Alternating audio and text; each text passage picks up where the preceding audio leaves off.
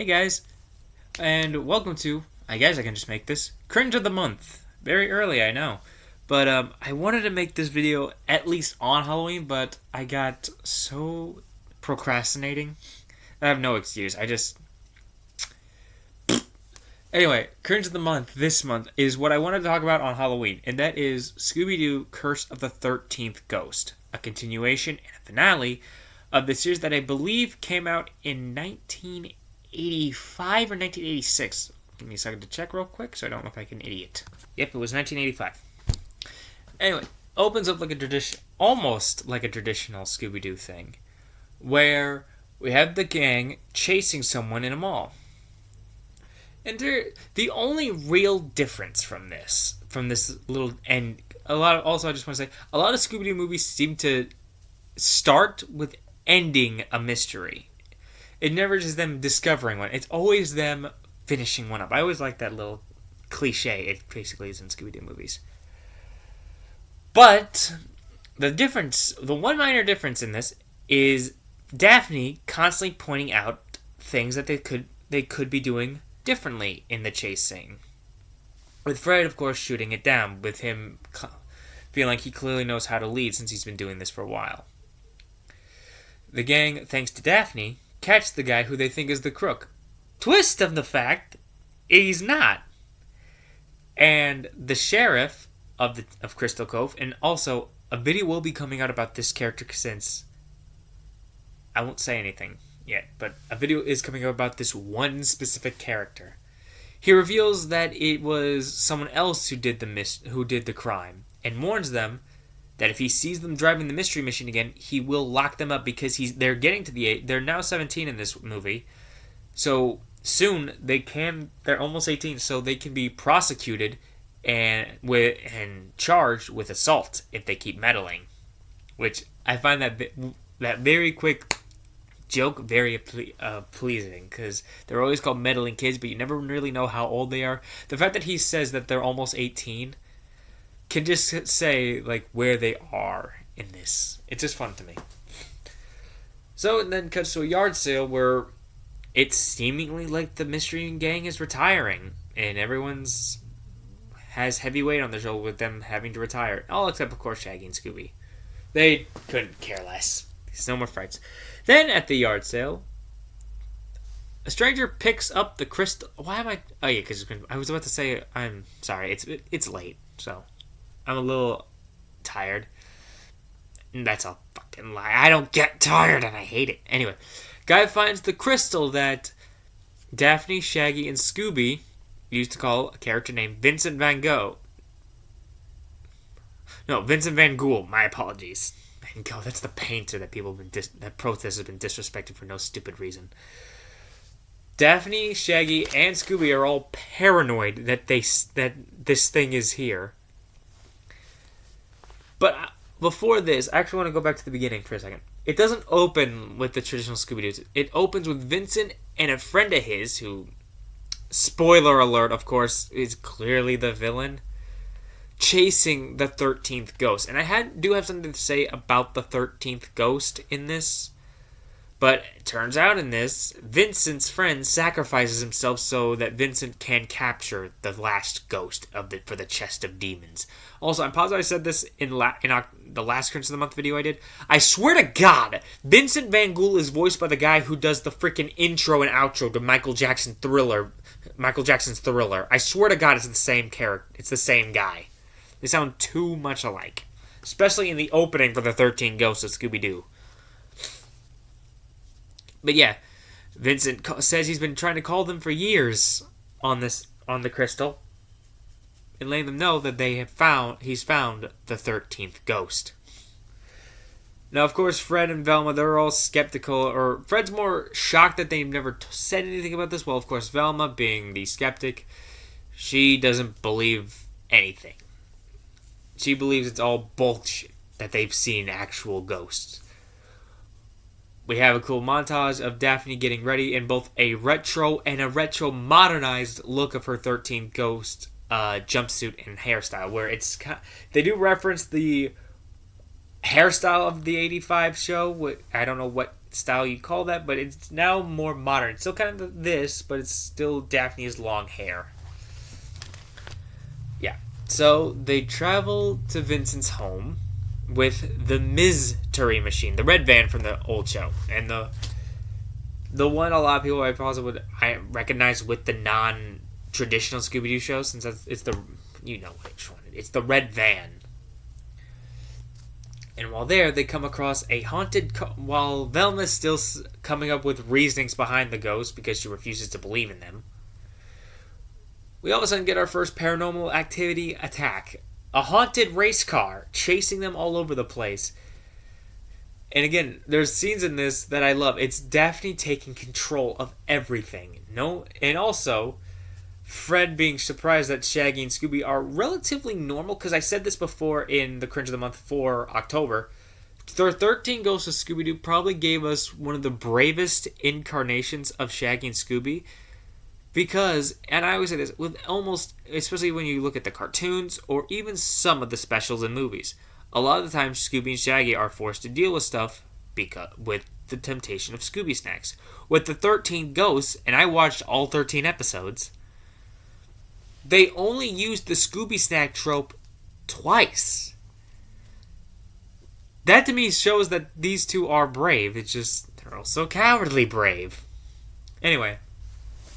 Arrive at Vincent's house, shuddering windows, noise all over the place. They split up. Fred and Daphne go searching with the crystal because Daphne figures out the crystal ball that Vincent used to contact them can also be used backwards. They can find Vincent. While Velma's still trying to find explanation for everything, and sadly she does. I say sadly because I'll wait till the end to say my personal thoughts. I'll just give like an example, a quick sum up of what happens in the movie in this. Don't know why I'm explaining like this. You guys know how I make these things. Excuse me. She finds a pulley system on the window shutters to make them move and every shutter, and a speaker plugged into the storage closet to make the echoing sound. And Velma has Shaggy and Scooby follow her to find out what it's connected to. Meanwhile, Fred, with Daphne, is almost having an identity crisis since he's now pushed aside. He's no longer the leader. He's no longer in control of the whole thing. Daphne is, because she has the experience. She was the leader in 1985 in the series, so she knows the leadership of what has to be done. Plus, to be fair, she's been in his house before. She's been with Vince. She's experienced Vincent. She knows a lot of what Vincent can do. Few scenes later, we end up at a tomb, because of course, a circle of tombs, because of course we do with this style of this show, or a finale of the 13 Ghosts of Scooby-Doo, where we do find Vincent, but then we see the 13th ghost, Amadeus, I believe, or hold on, let me pull up a picture of him.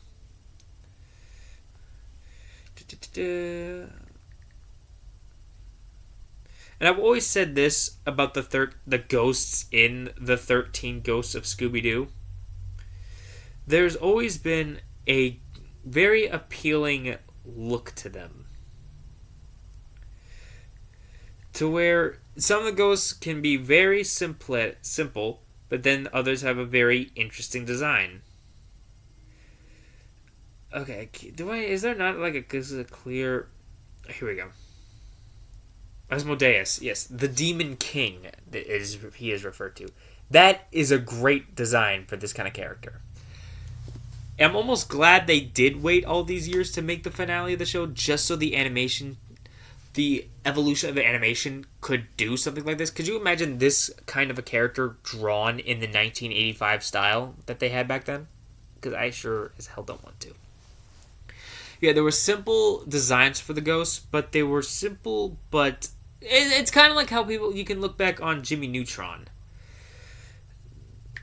to where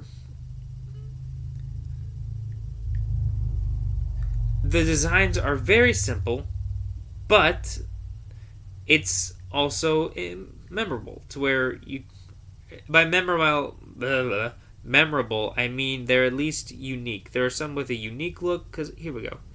Here are all the monsters that were in the 13 Ghosts. Do I remember them all by name? Good God, no. But simple designs. You have the Lust Ghost, this one right next to the Demon Chest, who's... Oh, focus phone. Focus. Who tried to put this one right here. Boop, boop. She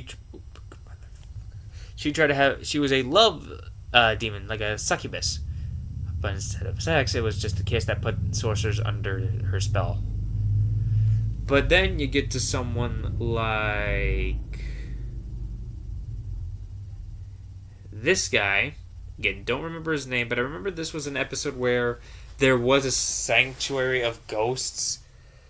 He's just a cloak, a head, arms, and legs. That's very inventive. Kind of like Marvel's Cloak. You got the mirror ghosts, you got this freak. I don't remember majority of the episodes. You had this freak.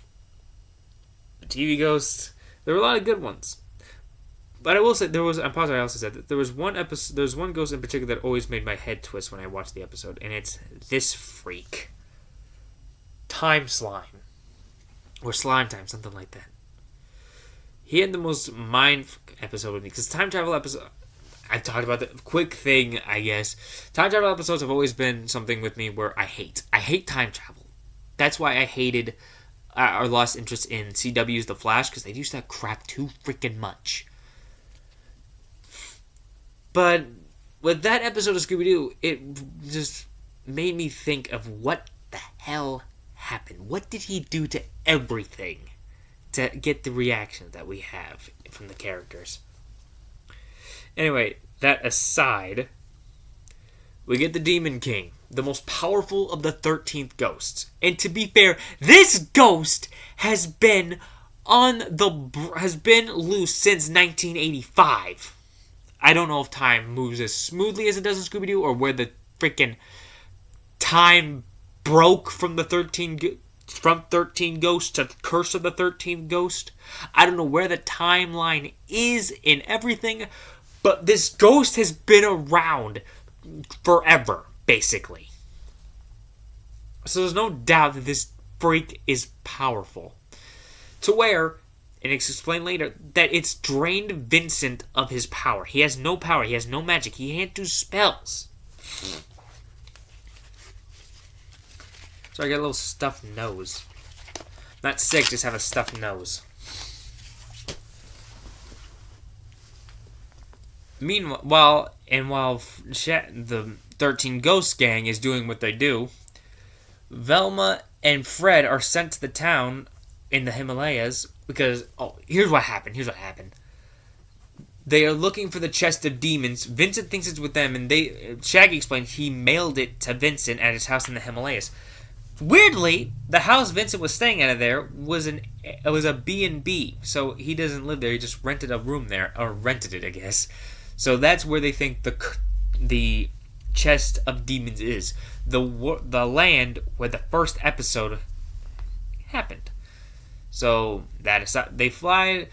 Even Vincent explains, like, the stuff that Velma found was set up by him. That was his security system. Velma still doesn't believe. Also, Velma is... I know a lot of people like her character in these kind of stuff in Scooby-Doo, aside from her new series coming out. I have never liked her character of the snarky, stick-in-the-mud science realist. And again, I'll explain why at the end. I promise. So at the Himalayan village, Fred and Velma run into our old, now grown-up friend, who we don't know, but we do know. They don't know, but we know, is Flim Flam. And he's still doing the same stuff. He's still a salesman. He's still not a promoter, but, I guess promoter, unless I can think of the word, advertiser, I guess, where he now sells replicas of the chest of demons. He sells coolers, he sells lunchboxes, he'll sell any version of the chest of demons, because for someone who knew what the hell happened, He knows how popular that thing can be. Plus, it's a nice design for the chest of demons. He then shows that inside this demon chest frickin' store is a ghost hunting warehouse. Fred and Daphne, I keep saying Daphne, but it's Fred and Velma leave because they still think it's full of shit. Is Flim Flam's crap. The fall comes in, Velma gets snatched up, as does Fred. We cut back to this 13 Ghost Gang trying to get back the chest of demons. We have the classic chase scene and a very funny Scooby-Doo Shaggy disguise bit. Again, there are very few things. There are just so many things that I love with Scooby-Doo. In the bit where Scooby and Shaggy dress up and they just fool the villain very easily is just timeless to me. Excuse me. They failed to get the chest. Oh, there's another one. Excuse me. And then they run into Flim Flam and they reunite. And we have the funny moments where Flim Flam brings up the frickin' fact that he's never seen Shaggy outside of a red t-shirt. And then we get this line. Where's Scrappy? Velma replies, what's a Scrappy? I get it. The character was very hated. He's a very unpopular character. He's probably the least liked character in Scooby-Doo history. I just hate that they can't even reference him without them just dragging his name through the mud. But again, I get it. But this is just my defense with Scrappy. I was a kid when I first found Scrappy-Doo, and I was very weirded out what the heck was going on and why the gang wasn't ready or wasn't together when I first was introduced to him. He grew on me because of Ghoul School and Reluctant Werewolf. He grew on me there. And even then, I say 13 Ghosts, he wasn't that annoying as he was in the Scooby-Doo and Scrappy show. Wasn't as annoying in that. Or he wasn't annoying in 13 Ghosts as he was in a lot of his other properties, but he was still very much annoying. But this is just me. I hated Scooby-Dumb more than I hated Scrappy. That's a fucking stupid. They invented Scooby-Doo Dumb for no reason other than to try to make Shaggy and Scooby look more brave and intelligent compared to him. Anyway, Scrappy's name is freaking Christ. Dragged through the mud once again. Then we get the reunion with Vincent. And now everyone is ready to try to face this demon. And after another failed attempt, they don't know what to do. Velma's completely broken to where she has admitted that ghosts are real. Everything she believed is a lie. Science has failed her. She's completely just broken. Daphne is felt as a failure because she felt like she couldn't lead the group to success. And also with Vincent not basically shooting them out of there, they don't know what to do. Fred is then now the one who shows them what they need to do. They need to get it back together. He's the one that hypes them back up. Another thing with Fred, when they're flying to the Himalayas, he finds out that Shaggy's the pilot. I swear to God, this movie, I am also, again, I don't want to say anything personal until the end. They go back to confront Amadeus, whatever. But it's then revealed by Vincent who this demon is. His ancestor.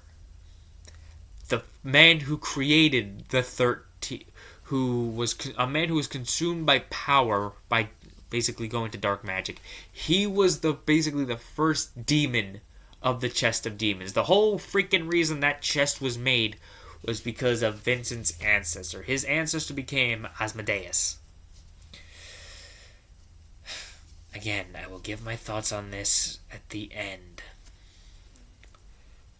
Asmodeus opens the chest, and then Velma starts to see a flaw in this, saying and quoting something from the original, only a mortal can open the chest. Asmodeus closes it and starts running. So I find.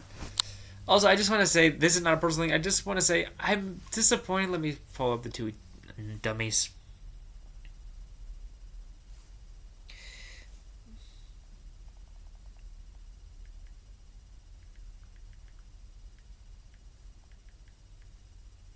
I am a little disappointed we didn't get a cameo from. Is there really no picture of these two morons? Bogo and Weird.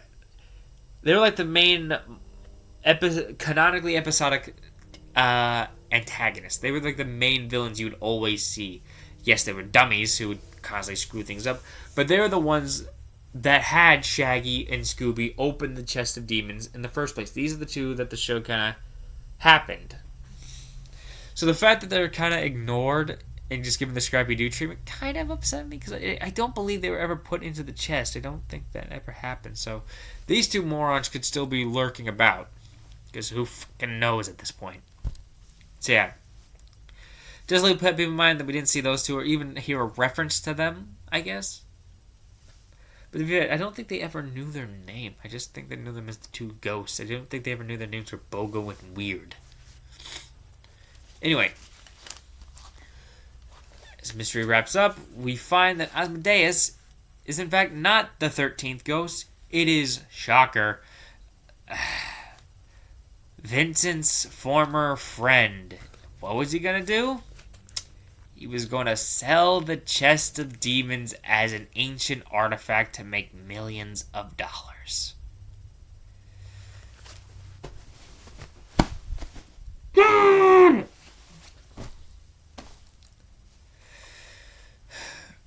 He escapes and revs up his car.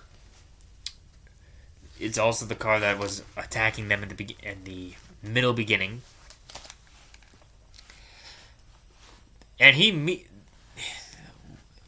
he doesn't get away, of course. The cops do catch him after the bridge collapses. He doesn't make it. He doesn't die. And then we see Vincent's ancestor has reached peace. At the end, the gang's getting ready to get home. We end with more. And of course, I'll just say this with Vincent. He does a lot of the puns that he did in the show. The freaking boo puns and that kind of stuff. Those puns are innocent, but I just hate puns in general. We then get Velma explaining everything paranormal, explaining it all, and saying that it's still bull. There's still no such thing as these demons. That it was all caused by the high altitude, low pressure, and they were crazy and they thought they saw things, but it's never really there. Bull! Bull! Bull! Okay? I call bull on that logic because there are so many of those ghosts that don't take place in the one ghost took place in the Himalayas. One, and it wasn't even a demon. It was the first episode where the whole town is turned into werewolves. There's an episode where they're in LA. They're in California.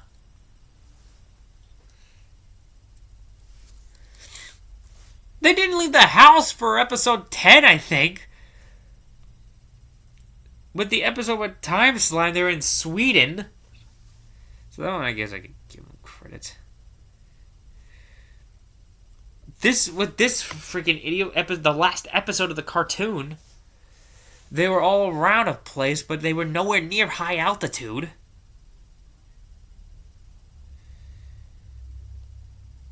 With this ghost, the mirror ghost, they were in freaking, like, Egypt or something like that. The complete opposite of the Himalayas.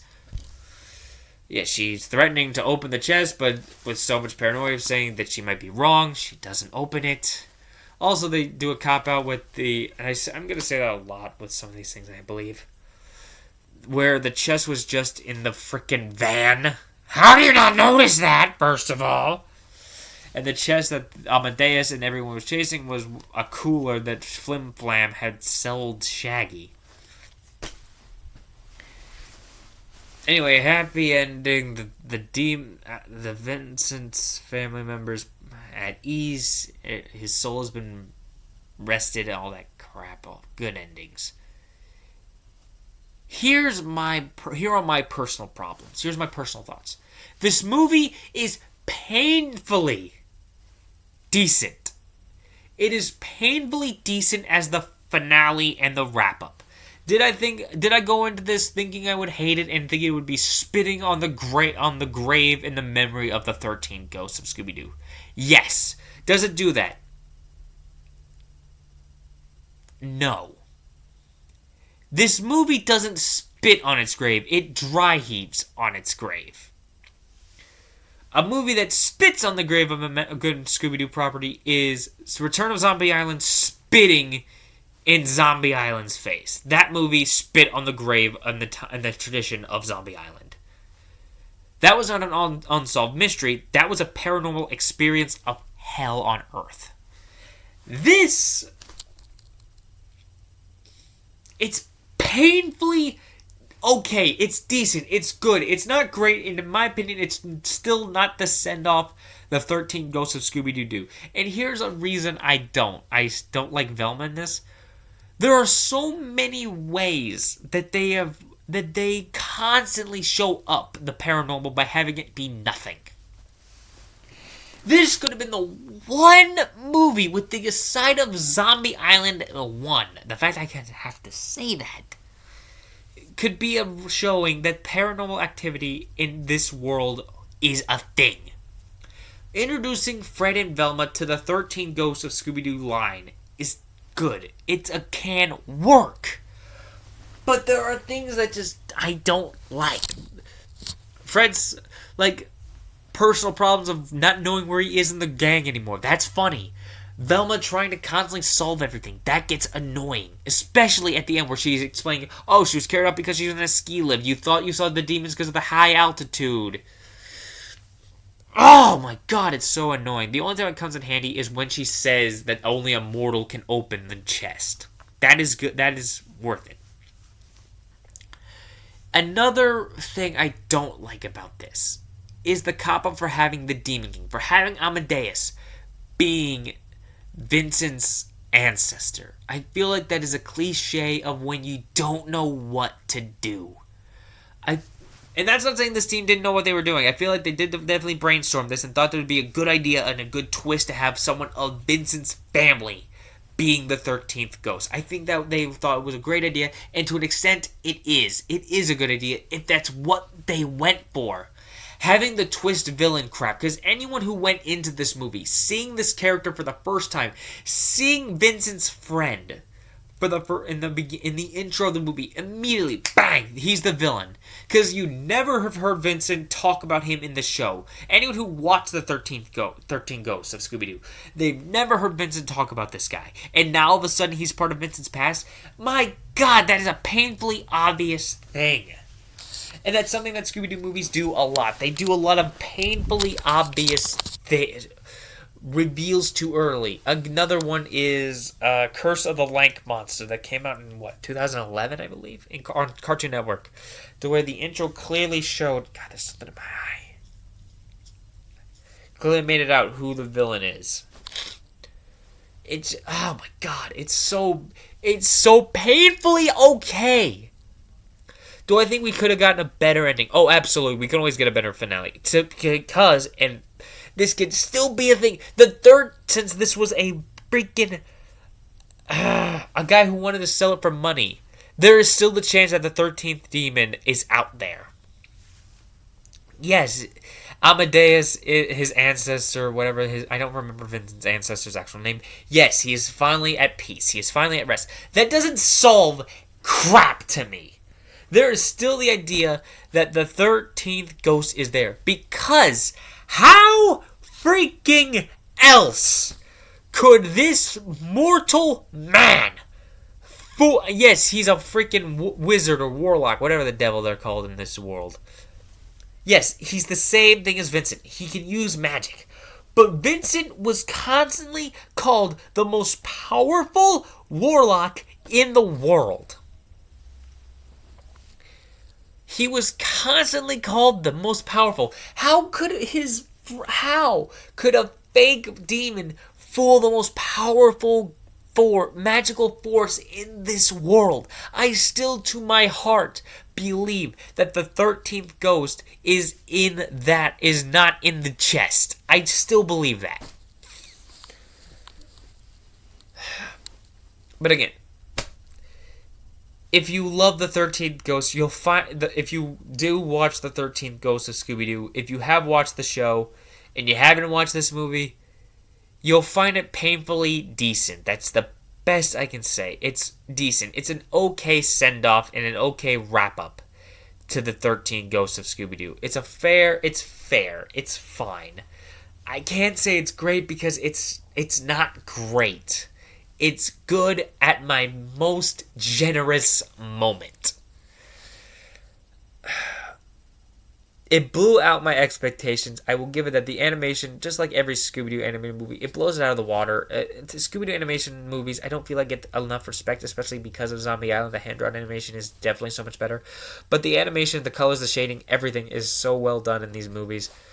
But it's so painfully decent. It's so painfully decent. Anyway, Velma just was so irritating in this movie because of her constantly being. Velma was always, as I said, Velma's always been a stick in the mud character, and then I get she's the one that has the science behind it. She's the one that always is looking for the mystery of actuality versus what's being presented. I get it. It's just with this one, it should have been true paranormal. It should have been a true demon experience for her to show her that this stuff is real. Not just guys in rubber masks wanting money. That there can be actual demons and monsters. I don't know. It's maybe it's a personal thing, but I definitely believe that the 13 Ghosts of Scooby-Doo, it had a fair outro with this movie. Not a good and not a great send-off, or even the send-off it probably even deserved. It was painfully fair. The only thing I probably would have added is, and this is just because of me being a shipper, I would have like maybe a little more. I would have had a little more interaction with just Shaggy and Daphne, just because it's a big rumor with this. This is a big rumor, but there's always rumor that they were dating in the 13 Ghosts. So, and I'm not saying they act like a couple in this, because always clearly they're gonna go for Fred and Daphne as the token couple in this, but just have Shaggy and Daphne being a little more, I don't want to say flirty, but just more friendly than they've ever been, I guess. Just more joking around and that kind of stuff, having in-jokes of what's happened. They kind of have that with Flim Flam, Vincent, this actually them saying, but just my thing. Later, guys.